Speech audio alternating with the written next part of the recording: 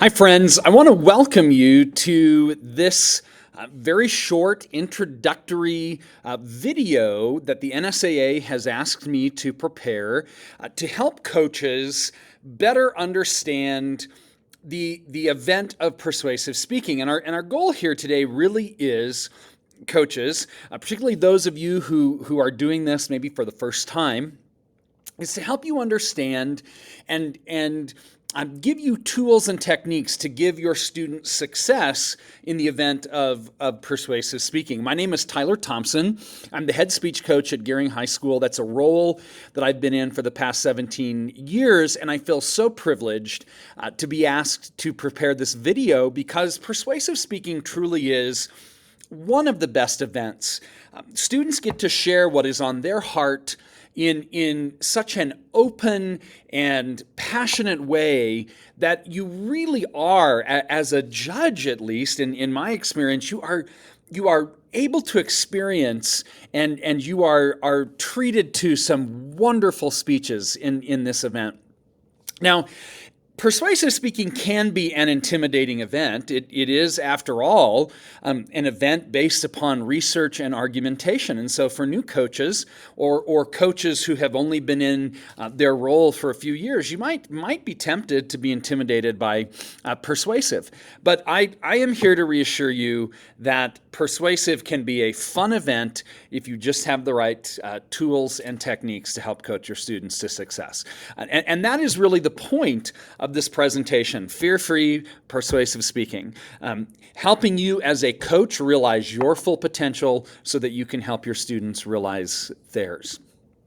So I want to just start this video, and I don't want to take a ton of time, but I do want to remind you that persuasive speaking is, above all, a platform, or what we would call a rhetorical event. That means this is an event that a student writes on his or her own. Now, like all rhetorical events, persuasive then requires, number one, as you see here, a forceful and compelling thesis. Don't forget that in persuasive, you are still arguing a claim. The student is seeking to convince the audience, to persuade the audience about a truth about their particular topic. So you want to understand, you want to push kids in the direction that persuasive speech is not just about a topic, but rather it is a position, an argument, or a claim made about the topic. You're arguing something about the topic. Number two, like all rhetorical events, a persuasive speech needs clear organization and easy to follow structure. When judges are balloting persuasive speeches, undeniably, one of the things that they will expect from your students is a very clear roadmap about where the student is taking them through the course of the speech. Now that structure translates into a couple of different things. One, that means that we want clear delineations between the divisions of the speech. We want a very clear intro, a very clear body, a very clear conclusion. But we would also then, at the same time, be expecting or looking for 3 or 4, maybe 2. There's not a prescribed number of main points. I like 3. We want clear main points within the body of the speech. We want clear, organized ideas around which the speaker's claims, arguments, research centers that are easy to follow for the judge. And then, of course, like any rhetorical speech, we want impeccable, unimpeachable support. That means that your student should be looking for research that defends his or her claims. It's tempting to write a persuasive speech strictly from a position of opinion. And while we want undoubtedly the student's opinions and ideas to shine through in the speech, we want them defended, backed up by credible, trustworthy evidence that really does, from the perspective of the judge, reinforce the speaker's whole point. So never forget that first and foremost, a persuasive speech is a rhetorical speech. Now, where do you start? You're a new coach or a coach with just a few years of experience, and you're being tasked with preparing students for competition in persuasive speaking. I would say the best place to start, and this has never served me wrong in my many years of coaching, the first place to start is with the ballot. To remind students to come back to the criteria which they are objectively being evaluated on. So it's important that when you are coaching kids, when you are helping students to prepare for any of the 10 speech events, but in particular here, persuasive, you start with understanding of the ballot. What is a judge looking for? How are they going to evaluate the speech?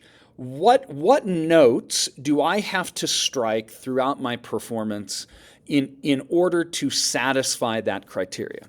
That's where I would start. Once you've done that, then it's time to sit down with the student and discuss topics. And part of picking a unique topic for a persuasive speech, which we'll talk about here in a little bit, is also at the same time then assessing and having a frank conversation with your speaker about their abilities, their passions, even their background, so that you are able to understand with which topics they will connect on a personal level. Then we want to actually set about the business of writing the speech. We are going to craft a thesis. We're going to establish 3 main points. We're going to do research, type the manuscript, prepare the introduction, prepare the conclusion. The last step in the whole process should be delivery. And students sometimes want to jump to that right away. They want to start working on the performance aspect of the speech before they have finessed, before they have really hammered out their ideas in the body of the speech. So the last thing that you want to focus on would be that delivery. So let's take a look at the ballot. When we talk about the ballot in persuasive speaking, there are several really important criteria that we want to address. Now, I would draw your attention to the fact the ballot, like every rhetorical speaking event in competitive Nebraska NSAA speech, a rhetorical speech is going to be evaluated on 5 criteria: the thesis, the organization, the content, the style and language, and the delivery. Now, I would point out, as I point out to my students all the time, notice that 4 of those 5 criteria deal with content. Only 1 criteria on the ballot, delivery, deals with the vocal and the physical delivery and communication of the ideas to the audience. That a judge, far more than delivery, is going to really be assessing the claim, the structure, the support, and even the word choice, the language, the turns of phrase that your speaker is using in the body of the speech. Then, when the judge has weighed all of those considerations, then they'll look at the delivery. So I would draw your attention to those 5 categories. I would spend time with my speakers walking through each one of them to ensure that they fully understand what the judge is looking for within each category. I would also spend time with your speakers talking about the time limit. In persuasive in Nebraska, through the NSAA, speakers are allotted 10 minutes for their speech. Now, there is a 30-second grace period, which means that a speaker can speak up and to 10 minutes and 30 seconds without being penalized. But we probably don't, as coaches, want our speakers to be hanging out in that grace period. I'm certainly not approaching 10:30, because then the judge begins to get nervous and is paying more attention to the stopwatch than the speech. So understand 10-minute time limit. If your speaker goes over that 10 minutes and 30-second, that 30-second grace period, he is then, or she is, lowered a rank. There is no minimum time limit, but I would encourage coaches, you to be aware of the fact that, like in any event, judges are cognizant of how a student has used their allotted time. And typically, I would say, you are going to look at a student who uses the 10 minutes effectively.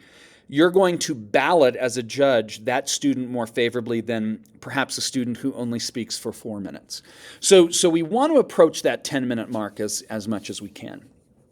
Then I would also draw your students' attention to the disqualification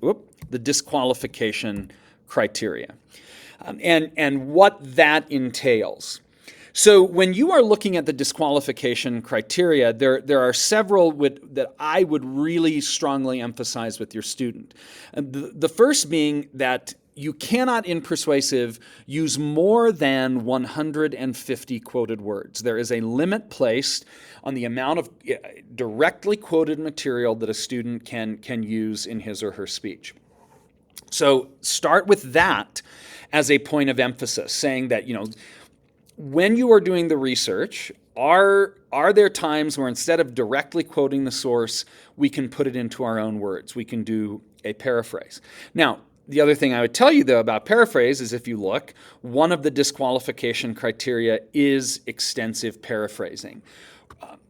Essentially what that means is a judge would look at a student's speech and come to the conclusion that the speaker offered no original ideas of his or her own, that while the words may not have been directly quoted, undeniably they don't belong to the speaker. Use of visual aids results in disqualification. Plagiarizing a speech, obviously not having an original speech. Not possessing either a digital or paper manuscript, which is then produced at the request of a judge. And of course, then using note cards. All of those can result in disqualification. So when you're looking at the ballot, there are a couple things that I want to touch upon just very briefly here, in addition to what we've already talked about, the categories, the time limit, the disqualification criteria. There is no rule, there is no ballot criteria that says your speaker must be memorized when delivering his or her speech. It is completely allowable for your speaker to deliver his or her speech from a paper manuscript or a digital manuscript. I would argue, though, however, memorizing your speech is something that I would encourage you and your students to pursue, simply because of the fact that when you are memorized and you are free from the paper manuscript, you're much more able to lean into the physical aspects of your delivery. Often judges are chastised, judges are given the reminder that in persuasive speaking, speakers do not have to offer a solution to the problem that they are discussing in their speech. And so, as you are coaching your student, remind them of that. You don't have to offer a clear solution. That is not a ballot criteria. Now, again, it may be an unwritten rule or a assumed standard that all speakers follow. I happen to personally believe, as a coach, I think persuasive speeches are more effective when there is a portion of the speech devoted to how we solve the problem. However, you are not required to do that. And of course, as always, and this comes up every year on the NSAA rules test, speakers are not required to produce a works or cited or bibliography page with their speech, listing the sources they used to prepare their speech. So let's start with, you've gone through the ballot, now you're identifying compelling topics for your speaker to use. One thing that I would suggest that in my 17 years of coaching has never served me wrong, that has allowed my students at Gearing, I think, to find very compelling topics is first looking for a topic that has universal appeal, a topic that will appeal to people of all ages, all political affiliations, religious backgrounds, racial, ethnic line. We want to pick a topic that everyone in the audience, whether they're young or old or male or female or white or not, we want everyone to feel included in the presentation. So that would be a good place to start. Ask yourself, does this topic address a broad swath of the audience, or is it incredibly niche, which probably means that it's not going to be as appealing or effective in its persuasion. I would also suggest that you seek a unique topic, a topic that makes the audience sit and go, huh, I've never thought of that before.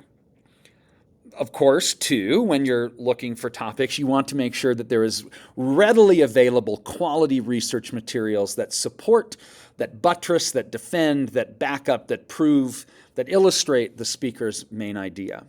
And of course, one of the most important considerations when coaching a student and picking a topic is the ability of the speaker to relate to the topic that he or she is speaking about.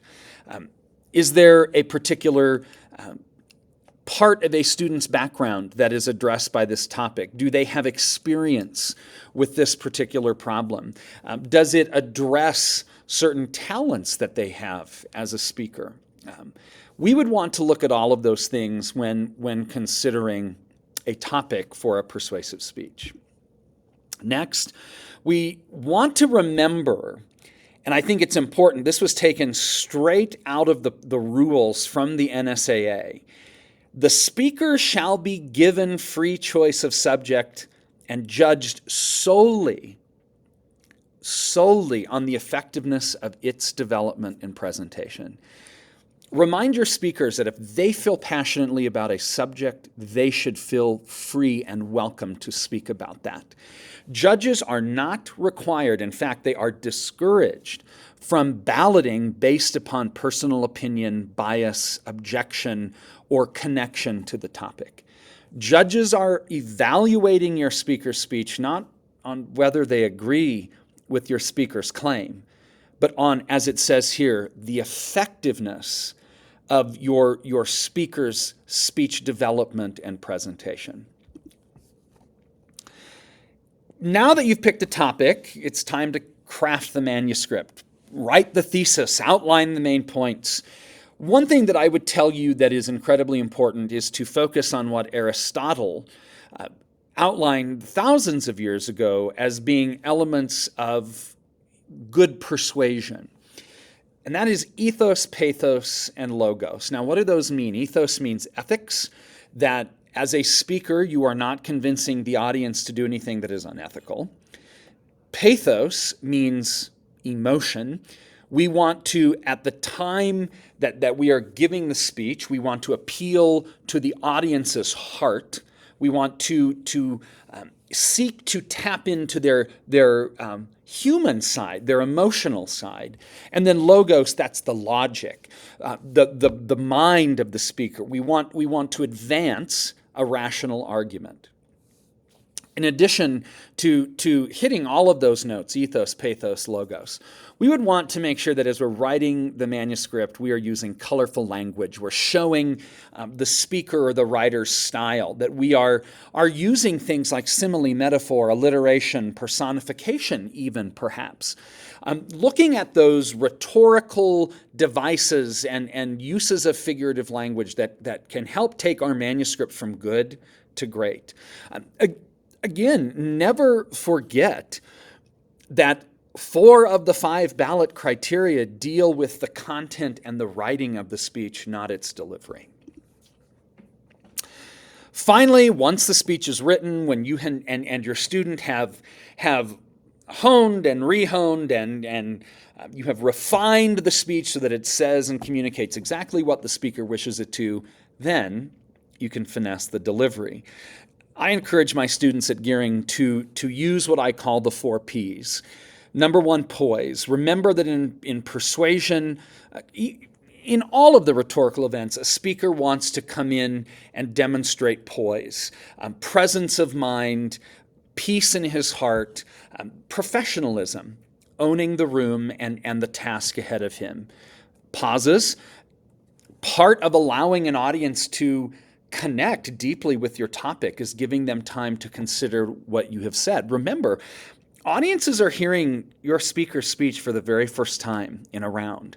And if a speaker is rushing through the ideas, the audience does not have time to, 1, digest the information, and more importantly, number 2, relate it and apply it to themselves. We want passion. A speaker should feel strongly about what he or she is persuading about. It should be their decision to deliver this speech, to convince the audience of their beliefs or ideas. It should not be yours, the coach. There have been numerous times in my career, a kid will come to me and say, I want to do this as a topic of my speech, and I think, oh, that's awful. Well, I have to eat my words later. I have to tell the kids, you were right. When students connect deeply with the topic, there is an authentic passion that cannot be replicated if they don't feel strongly about what they're saying. And then, of course, there is possession, owning every moment of the speech, owning the topic, making sure that the speech belongs to them. The sense that a judge looks at this speaker and sees authenticity. The idea that this young man or this young woman knows exactly what they are talking about because it is personal to them. They own this message. I want you to consider this, my final parting words as you seek to prepare your students for this new speech season. I always remind students, both in my classes and on my team, that audiences, and in the case of competitive speech, judges, they buy speakers, not speeches. You want to reinforce to your student that above all, Persuasive is a human event. It is a personal event. It is an opportunity for your speaker to tell in a very passionate way a story about themselves. And so judges connect with those moments of authenticity. We always want our speakers to appeal to the judges' heads, but also to their hearts. We want a message that is logical, but a message that we feel deeply inside of ourselves, something that resonates and moves us to action. So I hope this video has helped as you and your students set about this wonderful journey of writing a persuasive speech. Good luck.